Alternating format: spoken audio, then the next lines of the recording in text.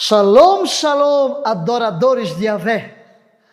Aleluia, somos casa de adoração. Que tal você escrever lá embaixo? Eu sou uma casa de adoração. Ou, eu sou um santuário onde Deus habita. Somos templos. Templos. O que é que se faz no templo? Adora-se, somos adoradores de Yahvé.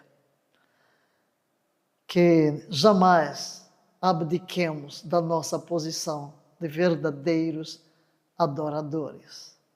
Amém? Uma perguntinha? Já deu seu like? Já compartilhou com outros? Aqui é Valnice Milhomens, serva de Yahvé, o Deus Altíssimo, a serviço do reino, buscando trazer estudos da palavra de Deus. Nessa jornada que já vai longa, nosso foco é intercessão. E estamos usando as armas, aprendendo quais são as armas de batalha. Já dissemos que a arma de batalha espiritual em nível estratégico mais poderosa é a adoração em santidade. Nós terminamos a última aula falando sobre como o inimigo procura conquistar a nossa oração. Agora, por quê? Isso vamos ver na aula de hoje. Pai querido, graças pela Tua palavra que nos instrui, graças por podermos chegar diante de Ti, chamar-te Pai, sabendo que verdadeiramente somos Teus filhos, Teus herdeiros, co-herdeiros com Cristo. Como é maravilhoso viver no Teu reino, ser parte da noiva do Cordeiro. E membros da Tua equipe, somos Teus cooperadores. Tens usado as nossas vidas, queremos que continues a fazê-lo. Usa a nossa voz, usa o nosso corpo, usa tudo que temos, usa tudo que somos para propagar o Teu reino, para Te exaltar. Que a nossa própria vida seja um constante incenso de adoração a Ti. Que como verdadeiros adoradores carreguemos a atmosfera onde estamos com os Teus altos louvores, proclamando que Tu és santo, justo, puro, perfeito, mais majestoso que os montes eternos, digno de toda honra, toda glória e todo louvor. Teu poder, Tu é a glória, Tu é o domínio, Tu é a soberania, Tu é a majestade. Tu és o nosso Deus. Serás o nosso guia para sempre. Amém e amém. Qual o objetivo de Satanás? Nós vamos fazer 7 declarações, não elaboraremos em cima delas, porque queremos nos centrar na Bíblia, mas vamos mencionar, você vai ler comigo cada item, e um pequeno comentário só. Primeiro, ele aspirou a estabelecer um lugar acima de Deus, a fim de ser adorado. Primeira coisa. Ora, aquilo que ele fazia em relação ao Criador, que ele quis para ele. Para ele. Mas a adoração é devida única e exclusivamente a Deus, como disse a Jesus na cara de Satanás. A Yahvé teu Deus adorarás e só a Ele servirás. Segundo, leia, desde o Éden ele busca a adoração do homem. Vamos ver aqui uma sequência da sua ação aqui na terra. Ele entra no Éden, entra no cenário dos homens, desperta a atenção de Eva, traz o engano, meia-verdade, a mentira, leva o homem à queda, o homem é separado de Deus. Terceiro, ele faz qualquer negócio, desde que seja adorado. Então ele procura atrair a adoração dos homens. Procura fazer uma aliança, promessas, das mais diferentes formas. Ele faz propostas ao homem. Agora veja, ele atreveu-se a fazer proposta até mesmo a Jesus. Tentando conquistar o quê? Adoração. Então, queridos, se Satanás se atreveu a fazer uma proposta a Jesus para conquistar a sua adoração, pode ter a certeza de que por meios sutis e de engano, ele vai procurar nos conquistar também. O que é que ocorre na tentação de Jesus? Vamos ler a versão de Lucas, capítulo 4. E elevando-o, mostrou-lhe no momento todos os reinos do mundo. Disse-lhe o diabo: dar-te-ei toda esta autoridade e a glória destes reinos, porque ela me foi entregue, e a dou a quem quiser. É verdade isso? Sim. Quem deu a autoridade destes reinos a Satanás? O homem, porque Deus deu a terra aos filhos dos homens. E os homens, pelo engano, entregaram essa autoridade e passaram a ser subjugados por Satanás, influenciados por Satanás. Satanás não faz nada, absolutamente nada aqui na terra, a não ser através dos filhos dos homens, porque Deus deu a terra aos filhos dos homens. Então ele vem pelo engano, vem pela conquista. E ele diz: portanto, se prostrado me adorares, toda será tua. Como diz, eu te entrego a autoridade. Claro que Jesus venceu e mandou-o embora. Em quarto lugar, leia, pela idolatria, até mesmo dentro do cristianismo, ele busca receber a adoração que é devida a Deus. Ora, eu escrevi aqui, já que ele não conseguiu perpetuar a adoração pelo culto ao imperador, o que ele fez? Quando surgiu o cristianismo, tentou destruir o cristianismo, para trazer o povo a adorar e dizer: Curios César, César é o Senhor. Adorar a César, adorar o imperador, não conseguiu. Então ele usou outra tática, entrar na doutrina. É aí onde que a gente tem que ter muito cuidado, queridos. Ninguém está isento de distração. Daqui a pouco chego lá. Aqui ainda estou seguindo uma sequência. E agora, ele sorrateiramente introduz dentro da igreja o que é um sistema pagão, idólatra, para atrair o culto. Inclusive só mudando nomes, trazendo culto às imagens, pondo o nome de cristãos, quando na realidade não tem nada a ver. Não tem nada a ver, são ídolos. Se você verificar as imagens, não faz parte do meu estudo agora, né? É apenas trocando nomes. Se olhar para Éfeso, por exemplo, onde estava Diana, aquela mulher com a criança no colo, aquele halo que era o sol, né? Que muita gente pensa que é santidade, não tem nada a ver. E o mesmo título de Diana, que vem desde Semíramis, mãe de Deus. Então, nos dias de Paulo, aquela luta destrói nichos de Diana. Depois vem o apóstolo João para aquela cidade.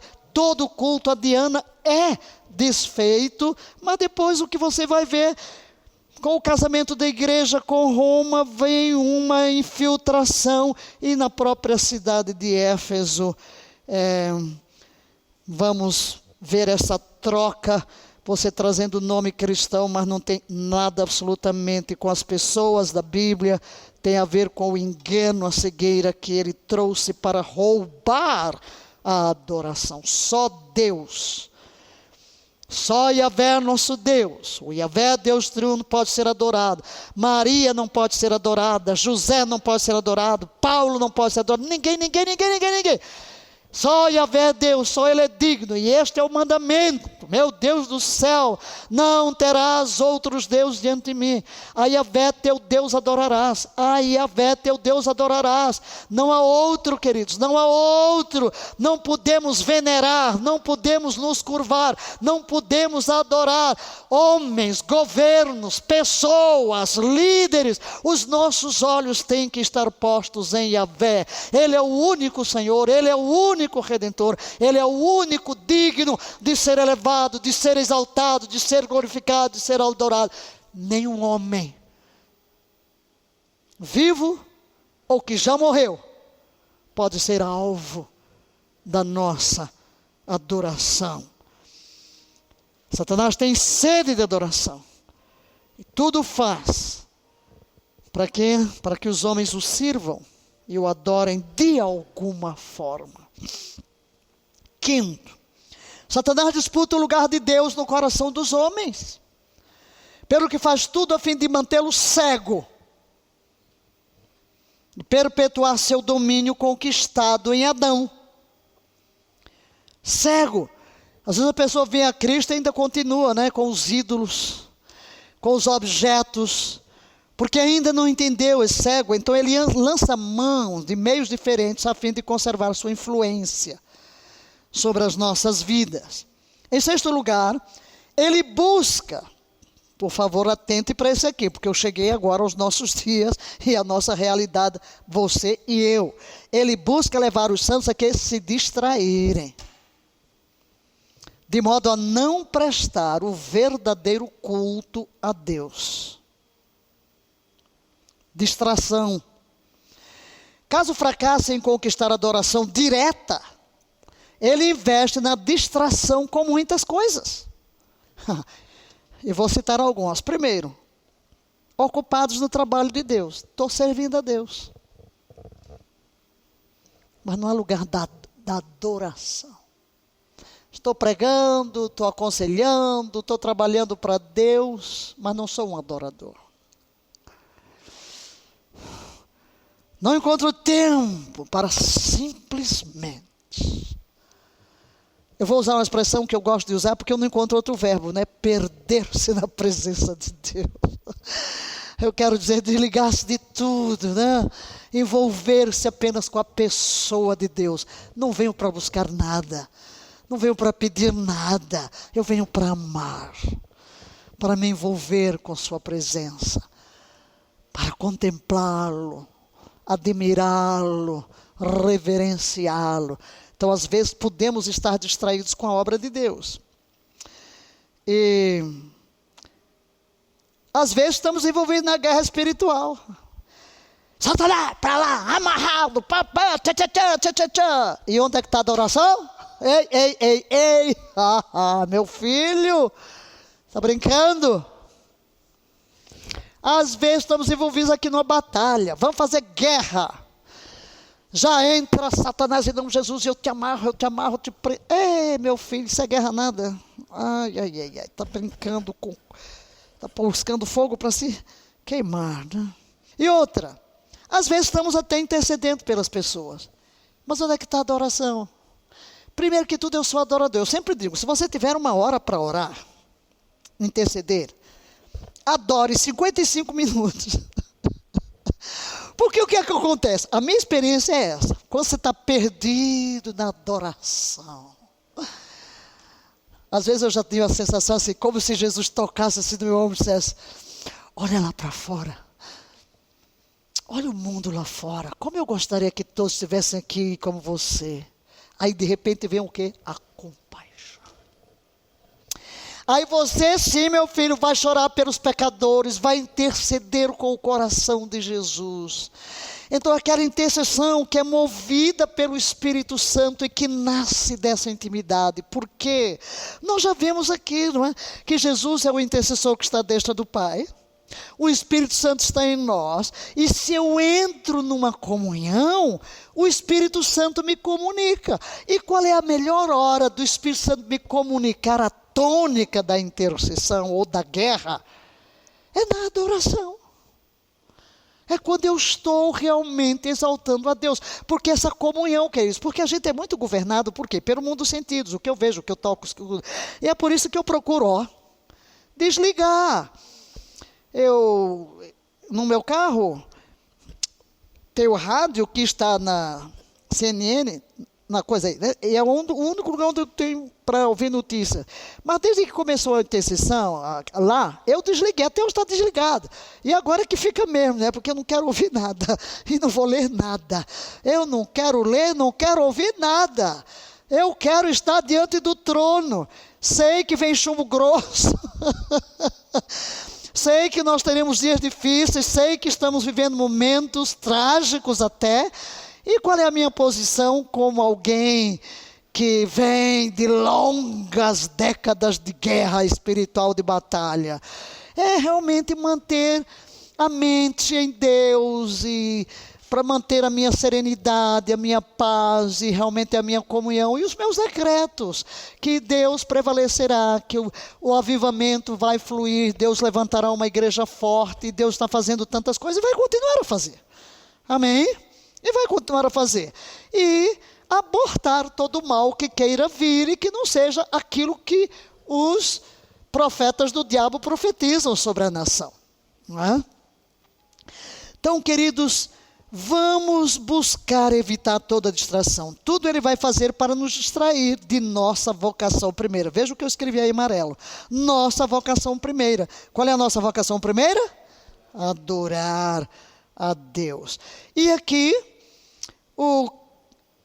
em sétimo lugar, ele busca levar os santos ao pecado. Ok? Aqui já é mais forte, né? No sexto, a distração, mas no sétimo, buscar levar os santos ao pecado, a fim de que a adoração não seja aceitável. A adoração não seja aceitável. A oração não seja aceitável. Vocês aqui que estão na aula de poder de intenção, devem se lembrar de orações que eu fiz aqui no fim. Senhor, que o meu pecado, que o nosso pecado não interfira entre nós e ti, para que não nos ouças. Estamos aqui jejuando e orando, mas há algo, né? Nós vamos chegar lá. Não importa quão espiritual alguém pareça, se a sua adoração não brotar de um coração santo e puro, não será aceito. Não será aceito.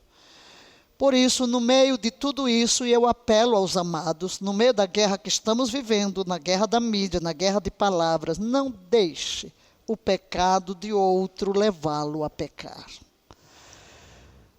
Vamos vigiar o nosso coração, vamos vigiar as nossas palavras, vamos manter uma intercessão guiada pelo Espírito e vamos fazer da adoração a nossa mais constante arma, porque como colocamos aqui, gostaria que você lesse o que escrevemos, porque cremos de todo o coração e a nossa experiência comprova que assim é. Leia. A mais poderosa arma de batalha espiritual em nível estratégico para destronar os principados da idolatria e da feitiçaria é a da adoração em santidade. Adoração em santidade. A palavra diz que Deus habita nos louvores do seu povo. As trevas jamais prevalecerão contra a luz. Diante da majestosa presença de Yahvé, todo principado e potestade tem que bater em retirada. A adoração atrai os anjos. Muda a atmosfera. Muda a atmosfera.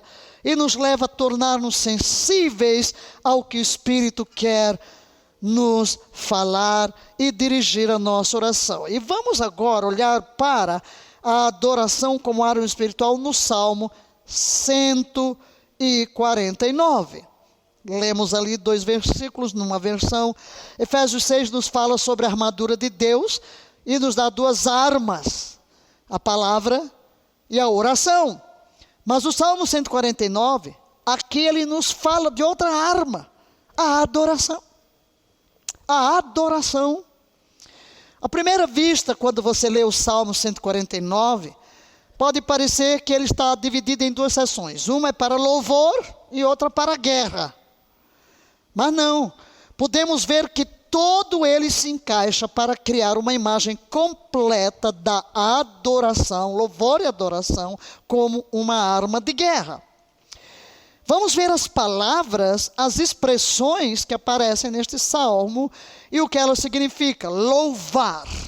Louvai a Yahvé. É a primeira. Aqui a palavra hebraica é halal.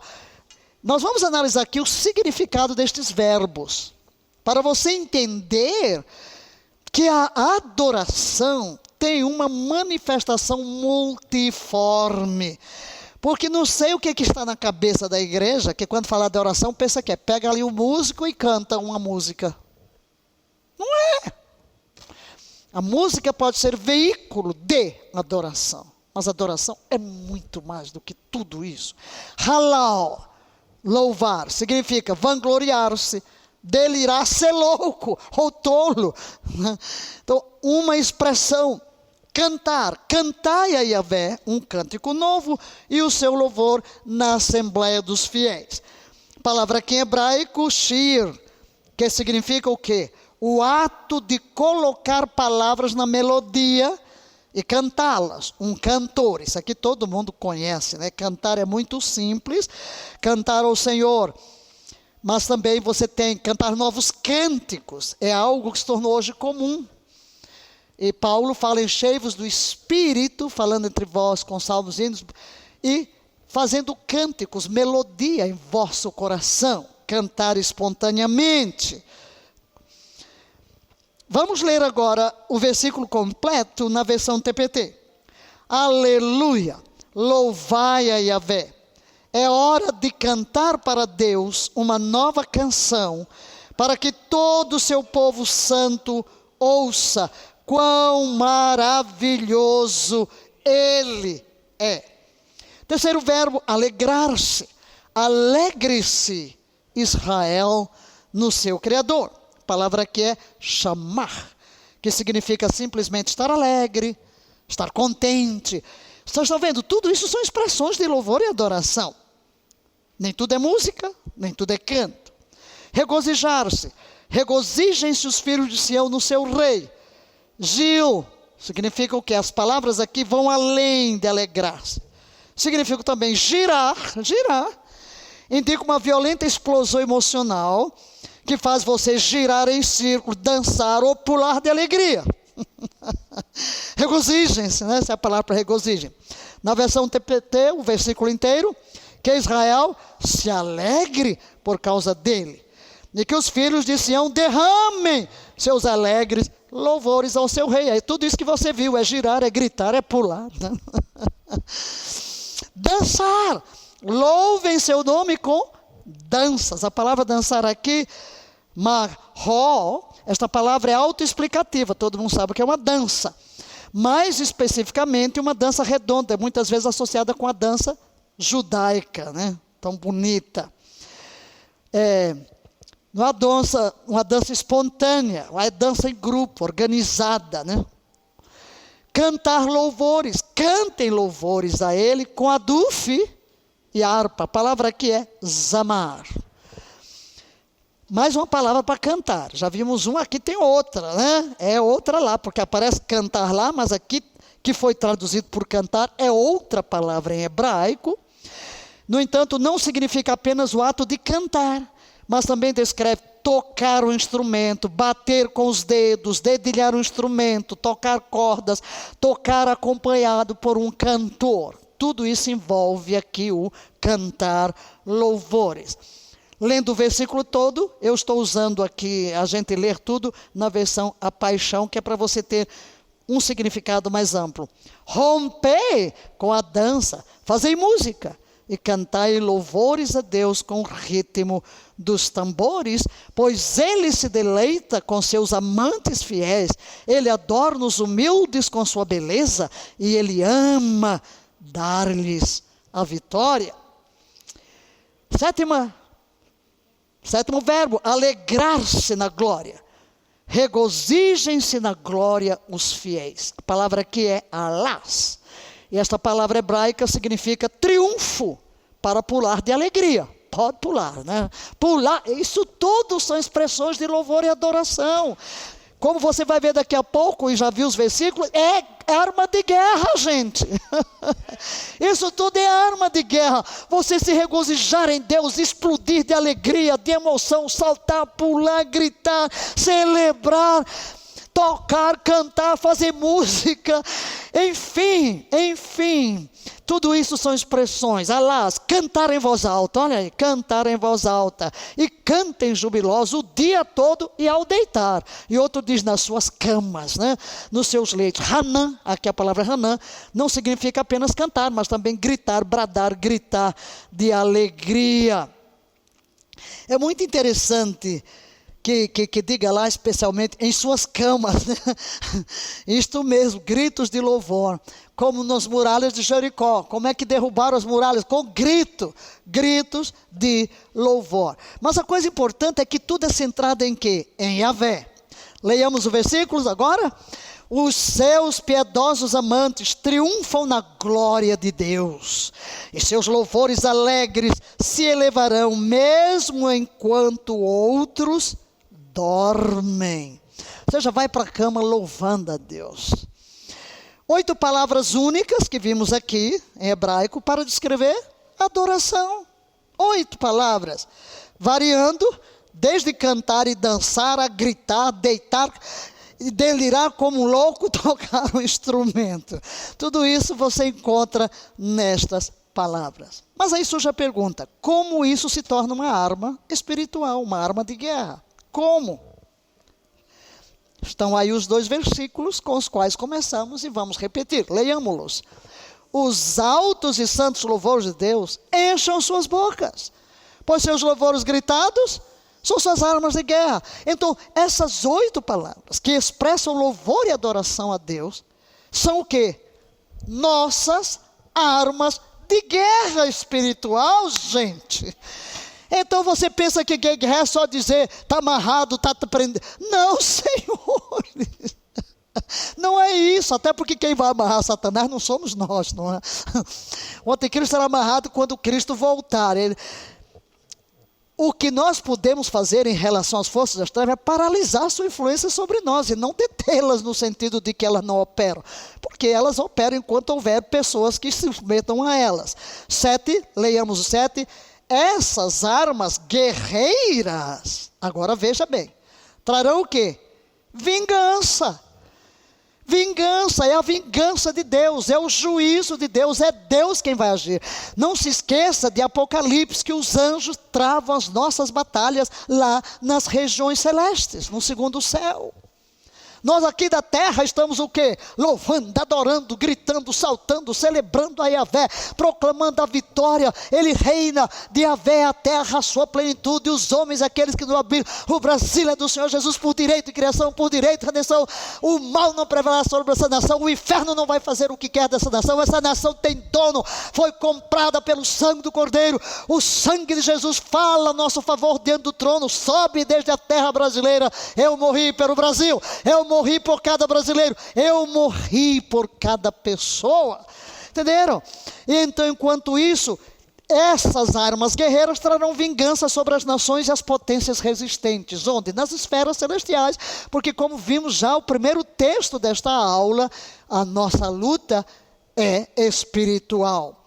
E agora notem os versículos 8 e 9, vamos, o 8, para prender os reis com cadeias e os governantes com grilhões de ferro. Será que isso é o povo de carne e osso? Não, são principados e potestades, detidos.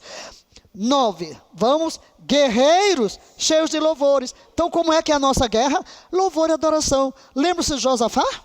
Aconselhou-se com o povo e pôs o que na frente do exército? Não quer dizer que o exército depois não vai lutar, mas quem foi que travou a batalha da frente e o que é que Deus usou para vencer o inimigo?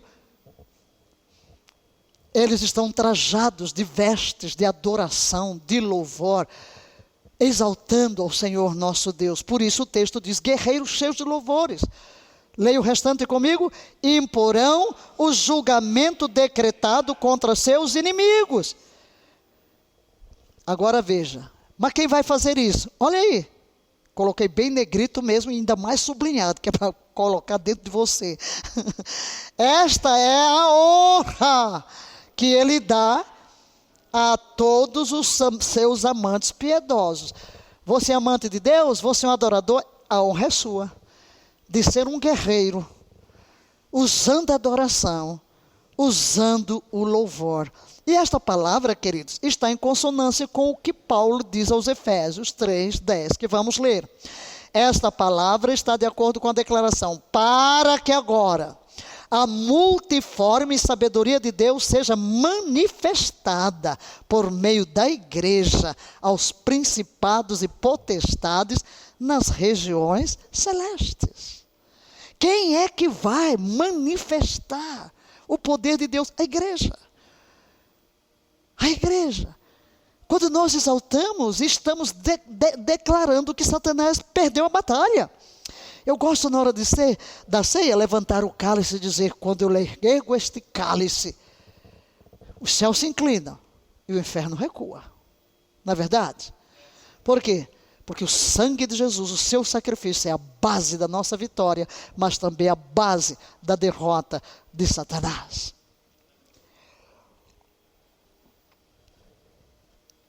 Você tem a arma do louvor. e regozijo pessoal e congregacional, juntamente com a espada de dois gumes, a palavra de Deus. E não há arma forjada contra você que possa prosperar. Amém? Lembra que a vitória começa com você e comigo. Para executar vingança sobre as nações e castigo sobre os povos, para prender, veja os verbos que nós grifamos aí, executar vingança.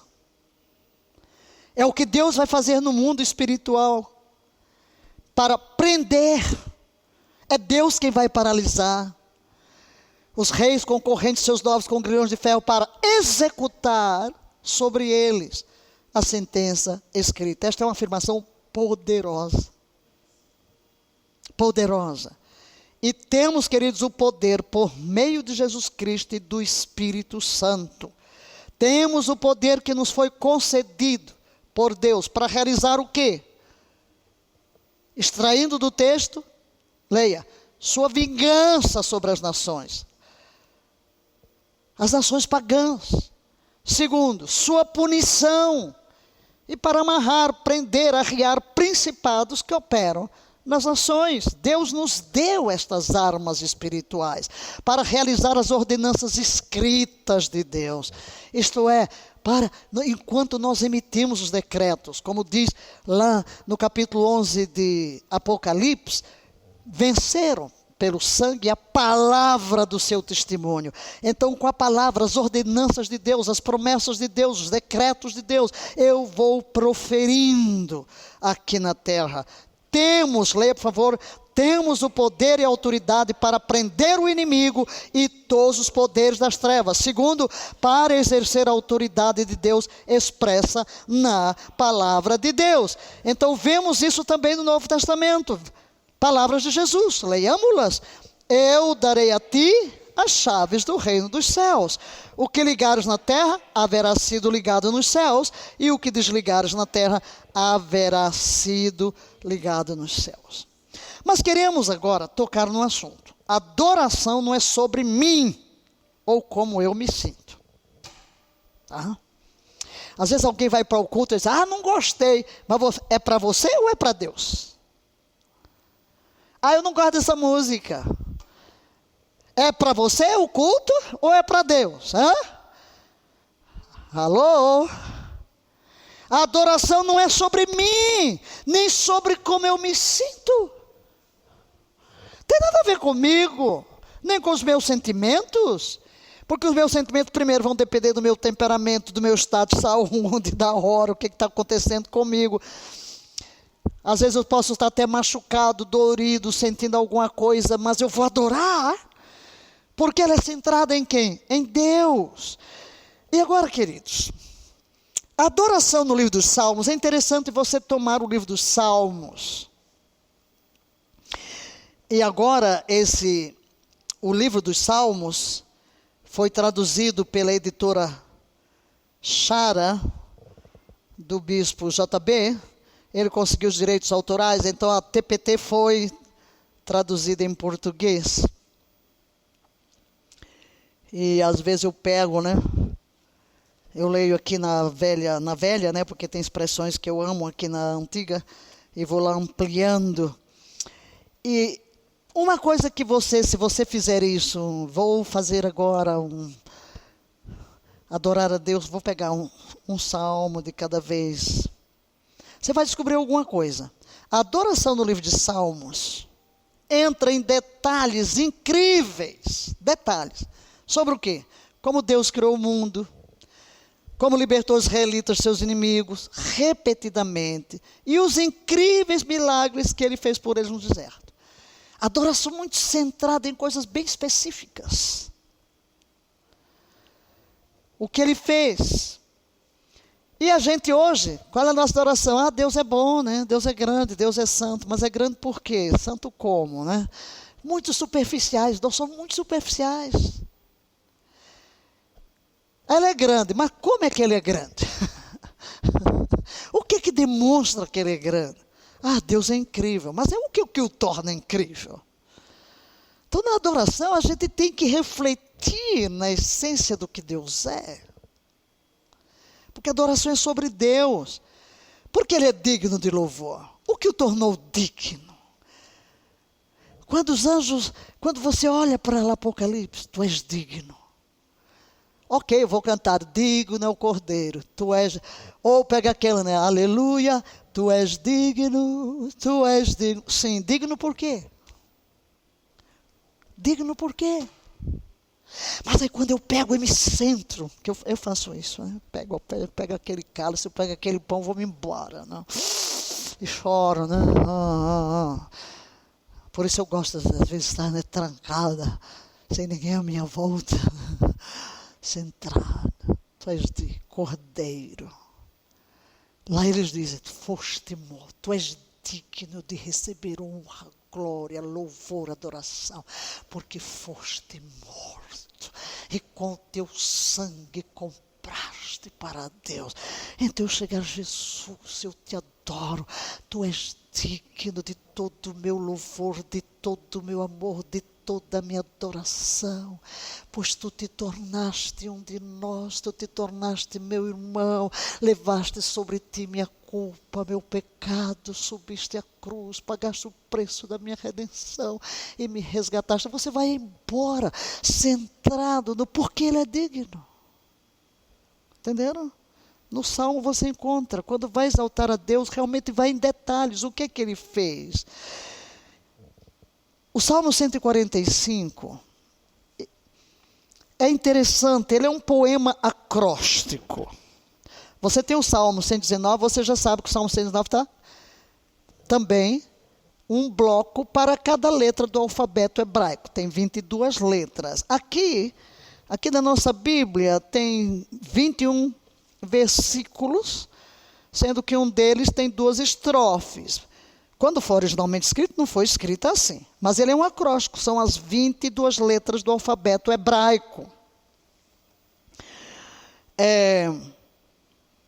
Cada um começa com uma letra, né? Mas ele é curto. Neste acróstico, encontramos 9 palavras. Ali no Salmo 149, encontramos 8 palavras, não foi?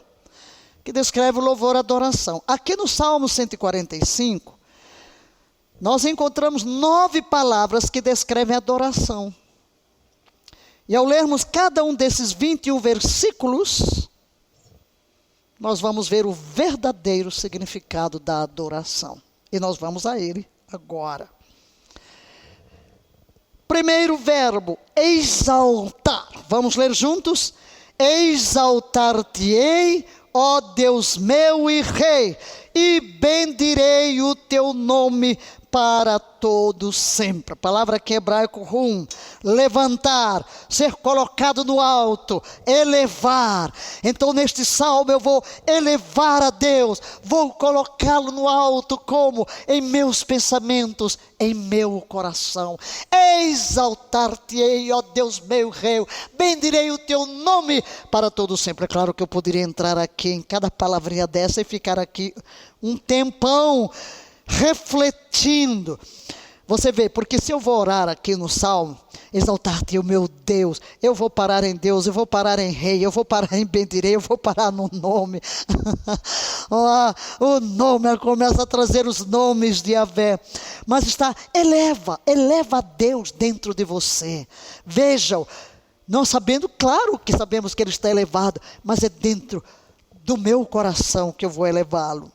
A segunda palavra, o verbo aqui, bendizer, leiamos. Todos os dias te bendirei e louvarei o teu nome para todo sempre. Lá no livrinho, né, no meu livrinho Orando a Palavra, eu pego a oração de Jesus e a transformo em 10 orações. E quando Jesus diz, santificado seja o teu nome, então você vai encontrar lá só sobre o nome, né? Os nomes de Deus aparecem na Bíblia. Então vamos adorar concentrados no nome. Aqui está, bendirei o teu nome.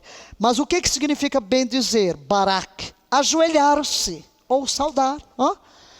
Bendizer, ajoelhar-se ou saudar. É isso, bendito Espírito, bendizer, abençoar. É interessante em inglês, né? Porque em inglês você vai encontrar to bless, né? A gente em português não diz abençoar a Deus, a gente diz bendizer. Mas em inglês, to bless. E quando Deus mandou dar a bênção araônica, né? Que Yahvé te abençoe, exatamente, que Yahvé se ajoelhe diante de ti, imagina.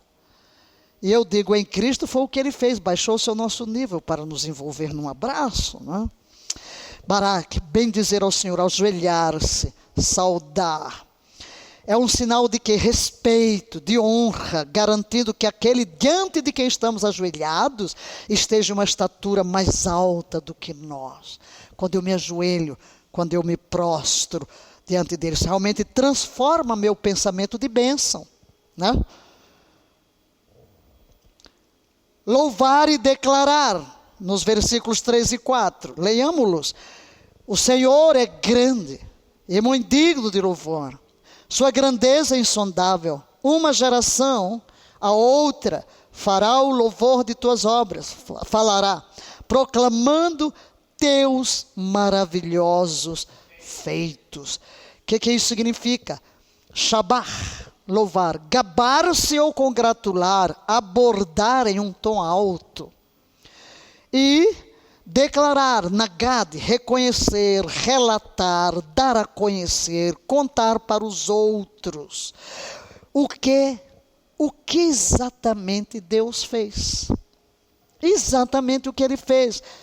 Não precisa nem, aí mostra aqui que não precisa nem cantar. A adoração não se limita à música, à poesia. Quando eu estou contando ao outro o que Deus fez por mim, essa é uma atitude de adoração. Eu estou proclamando, eu estou anunciando os feitos de Yahvé.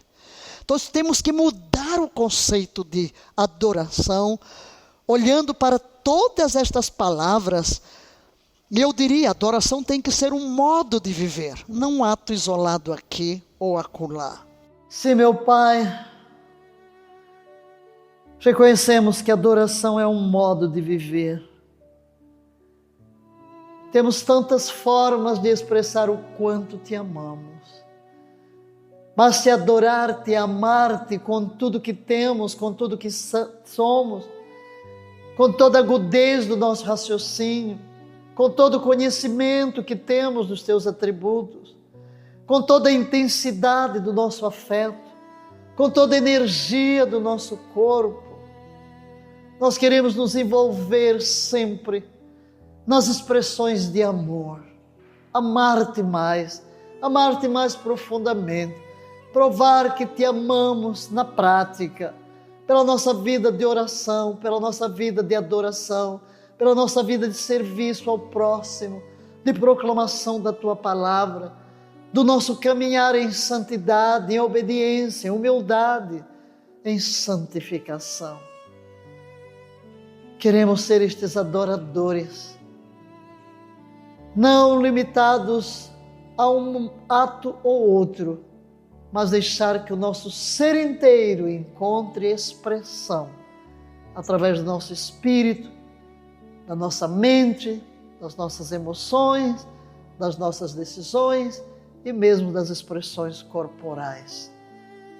Tendo esta marca, sou um adorador de Yahvé. Assim queremos viver para sempre. Amém.